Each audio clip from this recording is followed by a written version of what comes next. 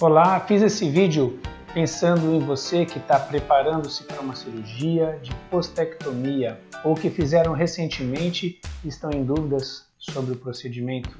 Vou esclarecer vários aspectos dessa cirurgia e, se você está indeciso, tomara que essas informações te tragam a confiança necessária.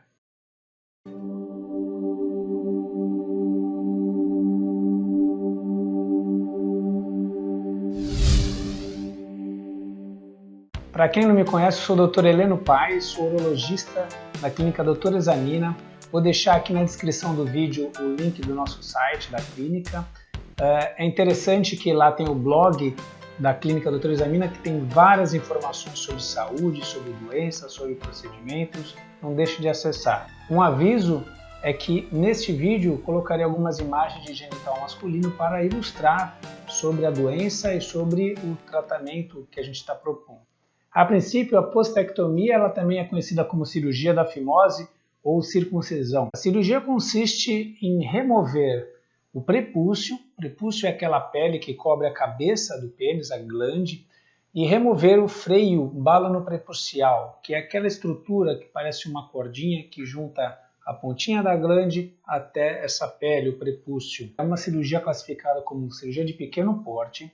Ela é realizada na maioria das vezes em regime ambulatorial, ou seja, em pequenas clínicas ou salas de pequenas cirurgias. Para isso, ela é realizada sob anestesia local. Há algumas exceções em que é utilizado o regime de internação hospitalar. Isso vai acontecer naquelas pessoas que não colaboram com o procedimento de anestesia local, quer dizer, as crianças e algumas pessoas que têm extrema fobia, o medo, o pavor de passar por um procedimento com anestesia local. Existem 3 indicações principais para realizar uma postectomia. A primeira é a ocorrência da fimose. A segunda é quando a pessoa apresenta balanopostite de repetição. E a terceira são por questões estéticas e de higiene.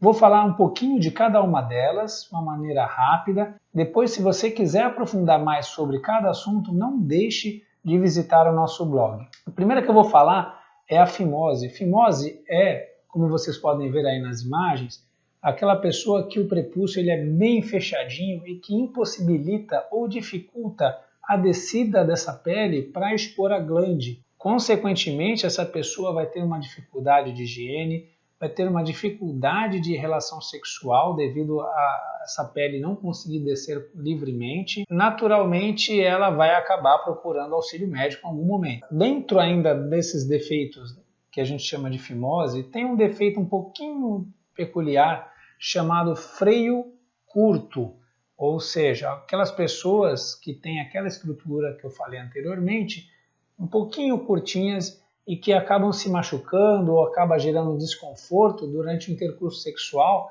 porque acaba tracionando a glande para baixo, esticando, às vezes ferindo. Essas pessoas também elas são beneficiadas da postectomia. Segunda indicação que a gente comentou é a balanopostite de repetição. Essas inflamações que acontecem nessa parte interna do prepúcio e na glande são caracterizadas por vermelhões, secreções brancas, às vezes cortes e rachaduras, melhoram e pioram de tempos em tempos. E essas pessoas elas querem um tratamento definitivo para ficar livre dessa recorrência. É muito comum, inclusive, em pacientes diabéticos e imunossuprimidos. Nessas pessoas, a realização da postectomia geralmente resolve muito bem o problema. A terceira indicação seria já por preferência pessoal. São pessoas que não têm nenhum problema no seu pênis, preferem o aspecto da glande exposta permanentemente, ou ficam incomodadas, às vezes, com secreção e odor. Então, removendo essa parte coberta, essa região vai estar naturalmente mais higienizada e com menos odor. A cirurgia, de uma forma geral, é uma cirurgia bem tranquila, tem uma duração aproximada de 1 hora. Logo após a cirurgia, deixar um curativo, o cirurgião vai deixar o pênis envolvido por uma atadura, que vai exercer um pouquinho de compressão. O curativo vai auxiliar também na hemostasia, que é o ato de conter pequenos sangramentos ocasionados pela própria cirurgia. Normalmente a indicação é deixar o curativo pelo menos umas 8 até 12 horas. Uma característica do curativo é que fica a ponta do pênis exposta, permitindo que a pessoa urine. Às vezes esse curativo pode cair um pouco antes da hora, não tem problema, aí a pessoa pode trocar o curativo prontamente. Como a cirurgia é feita com anestesia local, é natural que depois de poucas horas o efeito da anestesia passe e a pessoa comece a apresentar dor. Por isso é importante que a pessoa, logo que acabe a cirurgia, saia da clínica do médico, passe na farmácia e comece a tomar os analgésicos prescritos. Também no pós-operatório imediato, o médico, a maioria das vezes, acaba prescrevendo antibióticos. É natural o uso de antibióticos em cirurgias nos genitais devido a ser uma área contaminada. Quanto aos cuidados pós-operatórios, é importantíssimo que as pessoas façam limpeza rigorosa dessa região. Água e sabonete que estão habituados é suficiente. Logo depois, realizem novamente o curativo. Como é muito comum o curativo ficar grudando na ferida operatória, normalmente a maioria dos médicos indica a aplicação de uma pomadinha de antibiótico, como por exemplo a neomicina. Outro ponto importante no pós-operatório é em relação às ereções. Ereções em pacientes submetidos a prostatectomias costumam ser muito dolorosas. Então, nós orientamos aquelas pessoas que evitem contato sexual ou contato íntimo ou estimular-se durante o pós-operatório imediato. Outra situação que alguns médicos gostam, eu particularmente deixo isso como opcional, é a aplicação de gelo sobre o pênis, né? Essa aplicação deve ser feita colocando o gelo num saco plástico, coberto por um pano, uma toalhinha que vai evitar o contato direto do gelo com o órgão.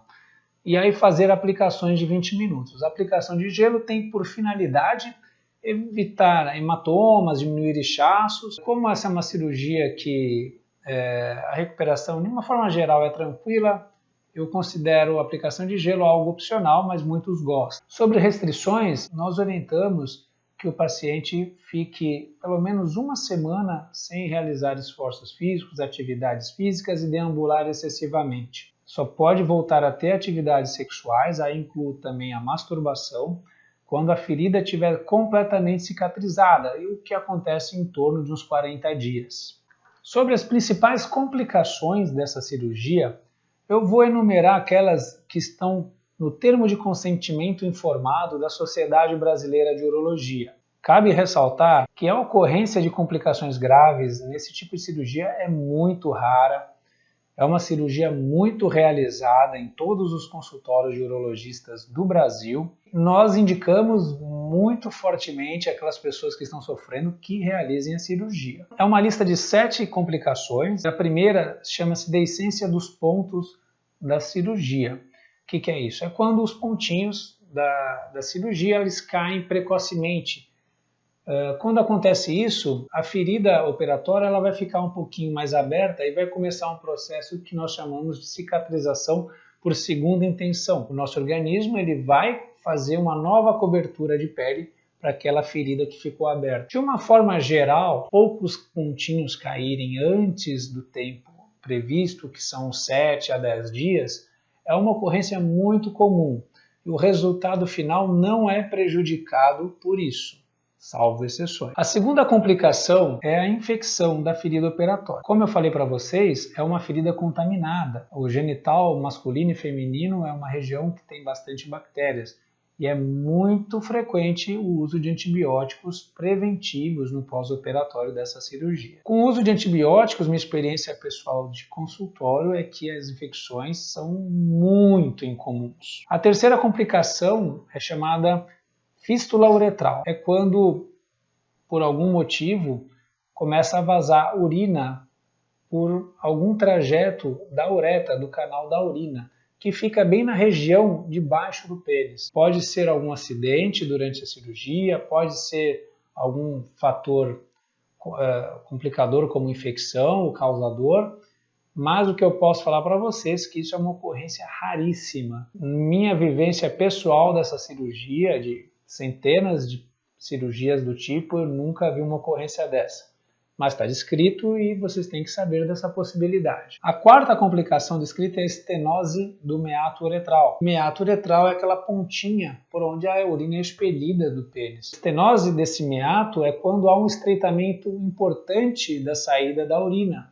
A urina vai sair com um jato fraquinho ou às vezes de uma maneira muito sofrível. Esse tipo de complicação ela é mais comum em fimoses mais graves, aquelas fimoses que o prepúcio ele está muito fechado, é impossível ver a parte interna do pênis e há uma intensa aderência da pele do prepúcio na glande, fazendo com que o cirurgião tenha que descolar uma ampla área de pele e, consequentemente, a reação inflamatória nessa região é muito grande, fazendo com que o meato sofra também e fique mais estreito. Isso o seu médico vai resolver com dilatações ou com cirurgias para corrigir esse problema. A quinta complicação descrita é o edema hematoma ou linfedema. Toda cirurgia, aí eu não falo somente da postectomia, mas cirurgias em geral, cursam com algum grau de edema, que é inchaço, algum grau de hematoma, e esses fatores eles vão se organizando e vão se resolvendo facilmente. Essa sim é uma coisa que eu posso assegurar para você. Quem for fazer a postectomia vai ter algum edema ou algum hematoma.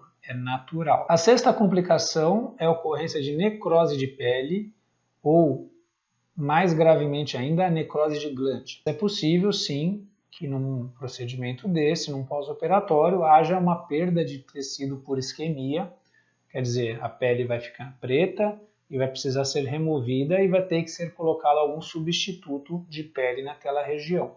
Ou então, a glande pode sofrer uma isquemia por algum acidente ou alguma deformidade mais grave e precisar ser amputada. Felizmente, é raríssimo, eu praticamente não conheço colegas que tiveram esse tipo de problema, mas já vi descrições desse tipo de situação. E a última complicação é a formação de cicatrizes patológicas. Também é uma ocorrência muito rara, que são as cicatrizes queloides ou cicatrizes hipertróficas na região do pênis. Toda cirurgia vai gerar uma cicatriz e às vezes essa cicatriz pode não agradar a alguma pessoa, que é uma coisa muito natural. De uma forma global, as pessoas não ficam incomodadas com cicatrizes nessa região, geralmente são bem aceitáveis. Mas é prudente o médico avisar o paciente que isso vai acontecer e que a ocorrência de cicatrizes patológicas é bem incomum. Espero ter ajudado vocês a decidirem. Espero que vocês continuem buscando informações aqui no canal e também no blog da Doutora Examina. Um abraço.